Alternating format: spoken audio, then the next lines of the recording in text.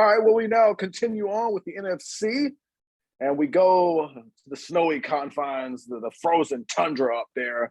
Scoreboards were about frozen too, as you had a 13-10 outcome with the 49ers pulling an upset. Seems like it's been one of those occurrences we've seen far too often with the Green Bay Packers losing a playoff game. Perhaps they should have won. In this one, you had a couple special teams blunders that really came back to haunt the Green Bay Packers. Aaron Rodgers, when it all said and done, he was 20 for 29, 225 yards. Aaron Jones had 9 catches for $129. Davante Adams 9 for 90. 49ers side, Garoppolo 11 for 19, 131 yards. He threw 1 pick. Not a whole lot of big skill position numbers. Deebo Samuel did a few things as he normally does: 3 catches, 44 yards, and 10 carries, 39 yards, including, I believe, the final run, which set up Robbie Gould's game-winning field goal. Cody. Hi. 49ers, Packers. Packers, I'm of the mindset that they just blew this game out of the water due to their piss-poor special teams. What say you? Well, they did. I think if nothing else, you can look back at the block punt and the field goal misses and go, well, yeah, they did. But, we got to get the 49ers credit, because to win a game, you got to be hanging around at some point. You can't have 0 points and win a football game. And I think that it's funny how the NFL, no matter how these teams change, some of these narratives just, continue. And the 49ers, when they go to play Green Bay, they usually win in the playoffs. They go back to the Kaepernick days. I think they're like 4-0 in their last meetings or whatever. It's some ridiculous, thing where every year the Packers, they look like a juggernaut. They get to the playoffs and they blow it. I mean, a lot of people had tweeted this and stuff, but think about it. The Packers have had 30 years now of 2 Hall of Fame quarterbacks that are going to walk in on their first ballot, and they have 2 Super Bowl rings to show for it. In 30 years of stable, high quality, among the best in the NFL history quarterback play. I mean, Brett Favre was that dude for quite a while. And obviously Aaron Rodgers is thought of to be one of the most talented human beings ever throw a football. I mean, the most accomplished, obviously, the Brady-Rodgers debate, which I don't think we're getting into in this segment. But at the end of the day, I think some of this is got to be on Aaron Rodgers. It really does. I mean, it's just, I'm sorry, man. You can't score 10 points in the snow and at home.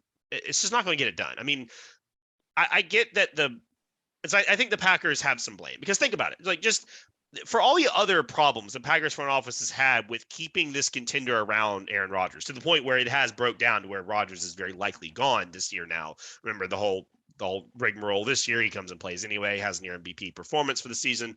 But think about just if that one draft pick, if that Jordan Love draft pick was a wide receiver, and last night or on Sunday night, they would have had Aaron Jones, Davante Adams, and then just insert any decent wide receiver. It doesn't have to be like a Justin Jefferson or something. I don't remember which draft it exactly was, but regardless, it was that draft. Right. So then he may not have been there when the Packers picked, but imagine. But you could have had. I think you could have had a T. Higgins, for instance, because that's I think a perfect the Packers. example. I don't mean. I'm not trying to cut you off, go ahead, but Jefferson and Rager.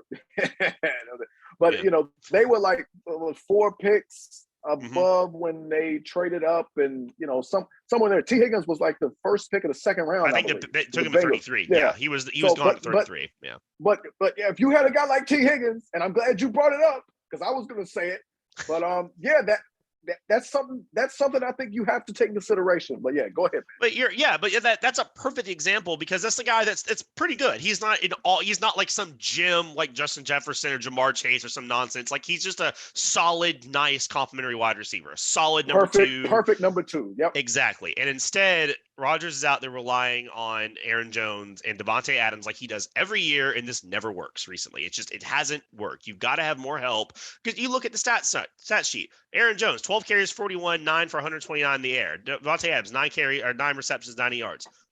And there's just nobody else. Allen Lazard had 1 catch. Mercedes Lewis, Randall Cobb, nothing. I mean, they got nothing out of anyone else except those 2 guys. It's not acceptable in this day and age in football, in this way we play football now with the offensive attacks we have, it's just not acceptable.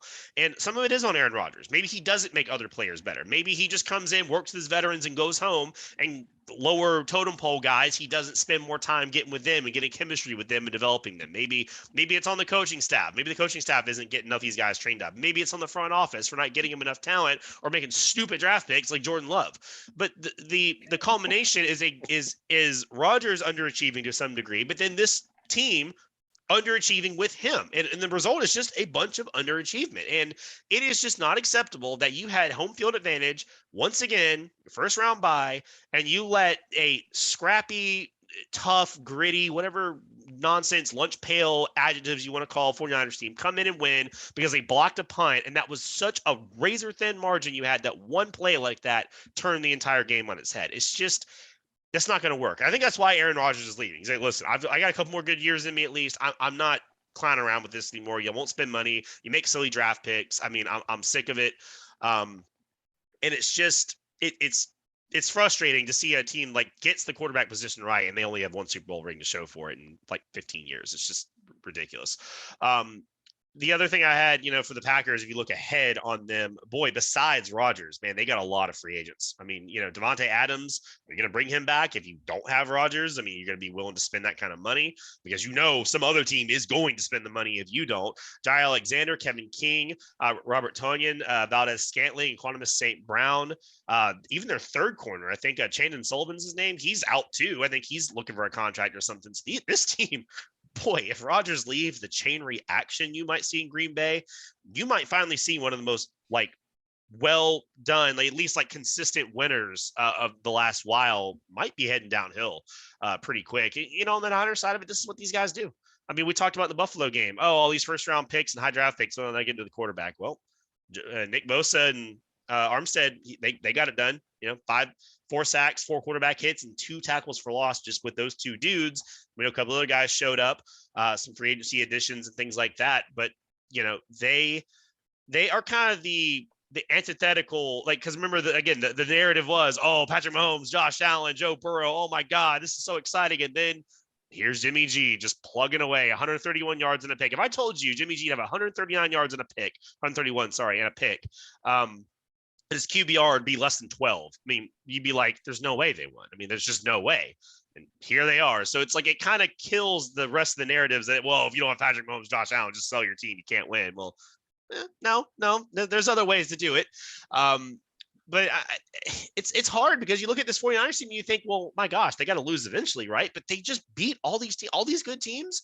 You look at their schedule. I mean, they beat the Rams twice. They beat these guys. They beat the Titans. I mean, they just go win games. They're a tough team. They win at the line of scrimmage. I mean, Jimmy G knows how to hold on to a game. I mean, Deebo Samuel is a legit weapon. He had the best game against the Packers, but he made plays when he had to. I mean, they're a tough out. I mean, they are the penultimate edition of the team, quote, you don't want to play. Well, I don't think any NFC team wants to play these guys at all, but unfortunately for the Rams, they're going to have to welcome them to SoFi and try it again. But yeah, I mean, once again, Kyle Shanahan's 10-pound brain, and these guys, they just get it done. Just works. Yeah, man. I think I'll do that. I'll do the Packers last. Let's give some props.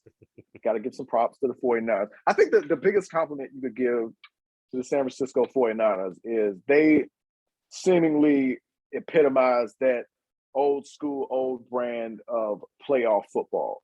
Mm-hmm. When the weather gets cold, and it's harder to throw the ball, and for whatever reason, be it the weather or be it you got a less than stellar quarterback back there under center. For whatever reason, they are a classic team that knows how to win in January. With the way they play at the line of scrimmage. This was a game where I was of the mindset, and I had the Packers in this one, but I was of the mindset if Green Bay can just get a stalemate at the line of scrimmage, they'll win the game. And I thought Green Bay's defense in particular was outstanding in this game. That is the real shame in all this, because Green Bay's defense for years, it's just been kind of, well, they do this thing well, but they can't do this. Green Bay's defense they weren't locked down against the run, but they held up well enough against the run. And then when you talk about getting to the quarterback, these guys can come get you. The crazy thing is, Darius Smith played one game this year. He comes back from this game for this game, and the very first drive, he comes up the middle on a little stunt, bowls over the dude who tries to block him, and gets to the quarterback. It was a beautiful thing to see because you know how I love me some Darius Smith. But not only that, you got Preston Smith, you got Rashawn Gary, who was fabulous in this game. This defense played well enough to win. But back to the 49ers, because I said I'd do them first. That's the biggest compliment you can give them. They know how to win. They know how to win close games. They can play in any climbing place, if you will. What Kyle Shanahan, you have to look at Kyle Shanahan. I know you caught on that. But, Kyle Shanahan, what this guy's been able to do, and you look at last year and you say, well, what the hell happened to you last year? Well, everybody got hurt.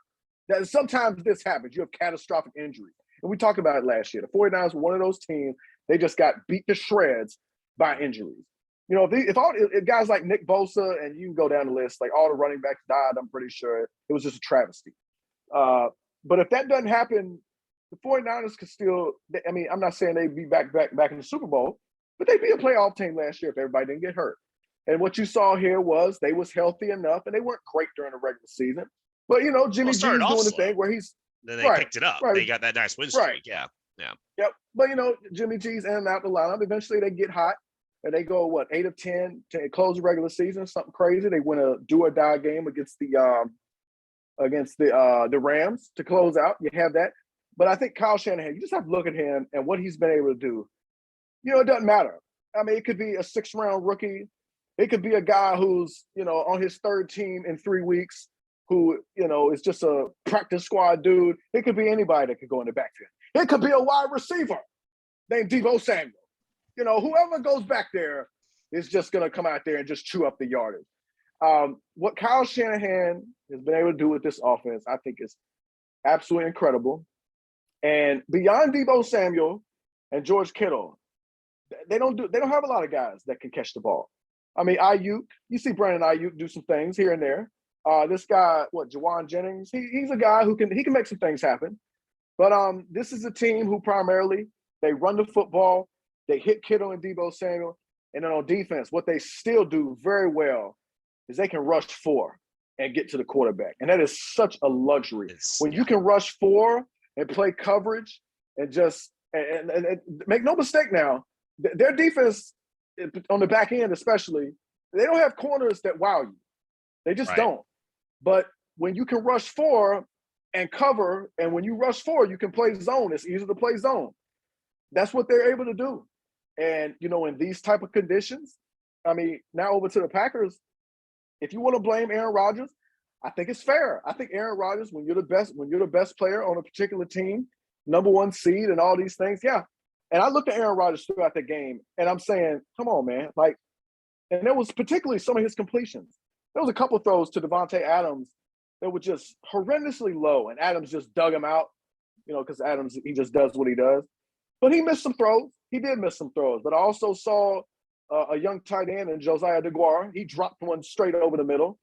And just to go to the point which you brought up, which I thought was absolutely fantastic. What the hell were the secondary receivers, for crying out loud? Let me tell you something.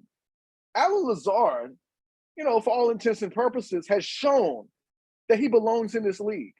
You look at the way he closed out the regular season this year. This guy, he's a pretty good player. But the problem I had, and I don't know if it was Aaron Rodgers just zeroing in on Adams and Aaron Jones just over and over. I don't know if that's just Aaron Rodgers. I don't know, to me, eventually, we ain't brought his name up. But hello, Matt LaFleur. And I've been a Matt LaFleur skeptic for years, despite the fact that, they get a first-round bye every year. Well, what are you going to do? What are you going to do with it, for crying out loud? Could you get to a Super Bowl, please? You talk about the popular graphic that just gets thrown up all the time.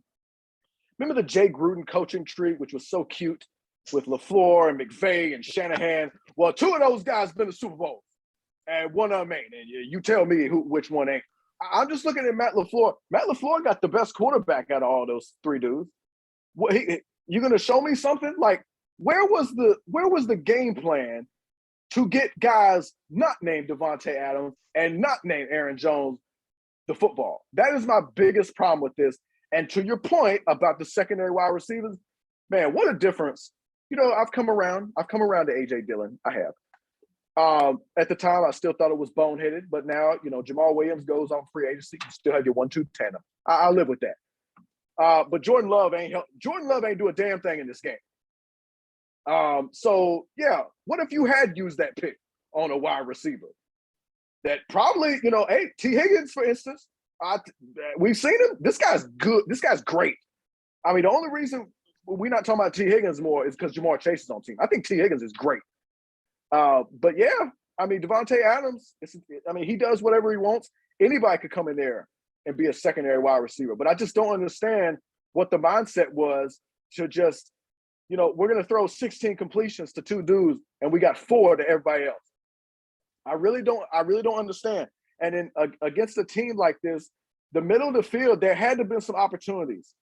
Whether it's DeGuara, whether it's Randall Cobb, somebody should have been working the middle of the field. And they just, and protection was a big part of it. But I mean, where was the adjustments to the 4-man pressure? Where was the screens? Where was leaving tight ends to block to help out? I know A.J. Dillon got hurt, but why the hell did he only have 7 carries? This was a game where I thought 8 was tailor-made for a big man like A.J. Dillon. It just ran this thing down San Francisco's throat. I think he's a guy that could do that for you.